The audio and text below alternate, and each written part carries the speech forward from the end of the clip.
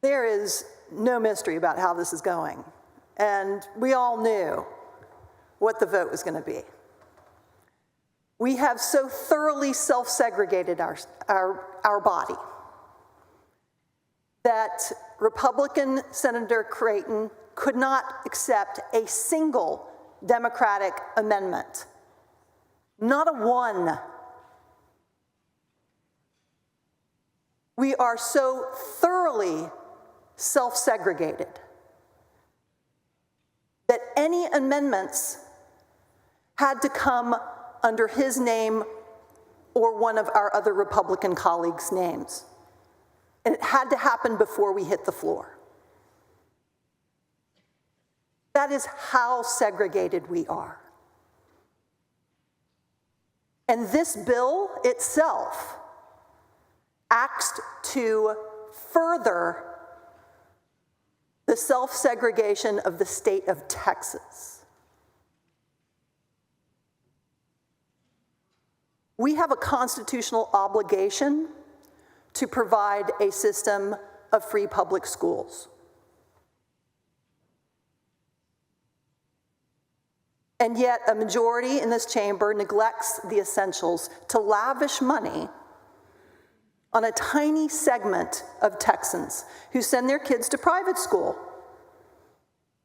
Nowhere in the Texas Constitution does it say that we have an obligation to subsidize private schools, and nor should we.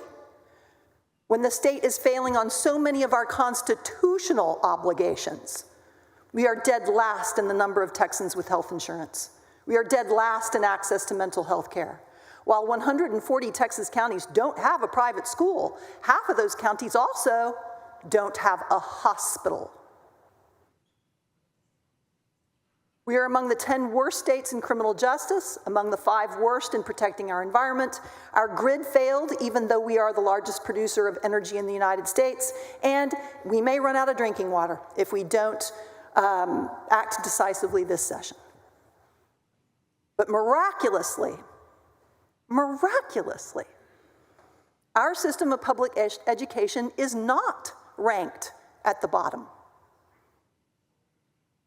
We are actually pretty average, despite our overall funding being flat or declining since 2019. Despite teachers being paid $9,000 less than the national average.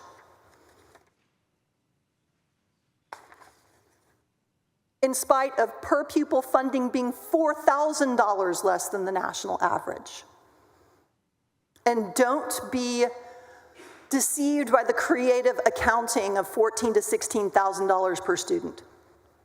The actual number that is an apples-to-apples comparison is the $6,160 per student that's truly comparable to the $10,000 that we're proposing to pay to private schools in this bill.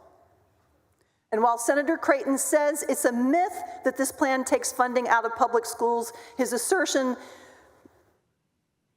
runs into some problems, let's say, since schools in my district alone will lose $35 million for a 1% transfer to private schools. $35 million translates to 538 teachers. And recapture will increase due to this transfer to private schools. AISD recapture alone last year was $693 million. The statewide recapture, $2,873,985,918. We won't stay barely average if we move $1 billion to private schools and siphon off 1% or more of our students from our public schools.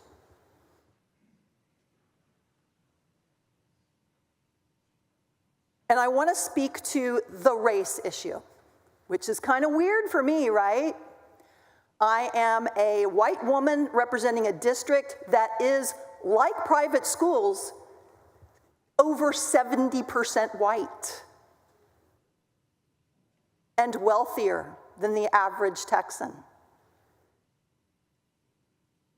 But this bill is not for low-income Texas students.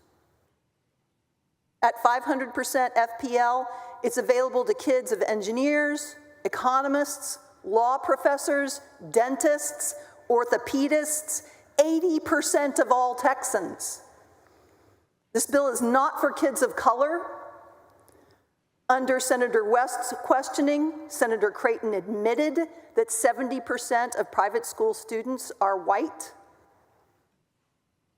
Under Senator Gutierrez's questioning, although Senator Creighton was uncomfortable with it, it's corroborated by the LBB analysis that more than 75% of the recipients of these vouchers will be students who are already in private school, meaning that private school enrollment is not going to get any less white with this program.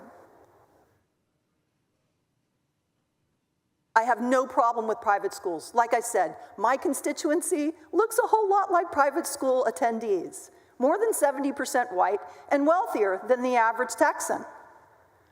I have no problem with private schools, as long as they don't take all the advantages of public funding with none of the obligations.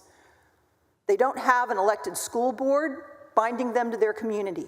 They don't have any open meetings requirements. They don't have to publicly share their budgets.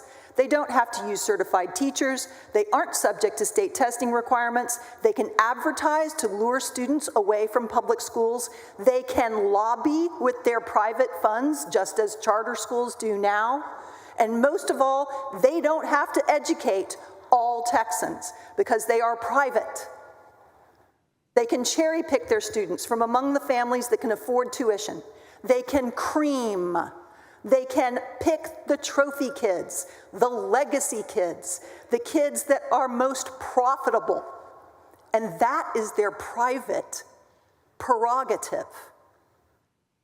But not if they're publicly funded. So in closing, I want to speak directly to my constituency. As I said, mostly white, mostly wealthier.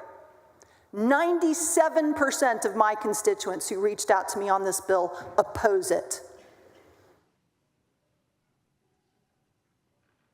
When this private school voucher ESA passes, my constituents are going to be inundated with advertisements from private schools attempting to lure them away from their neighborhood public schools. Inundated, because my constituents are the perfect target. But I am begging my constituents to stick with our neighborhood public schools. Engage, engage, engage, stay engaged. Because if we lose our public educational system, we all lose. All of us.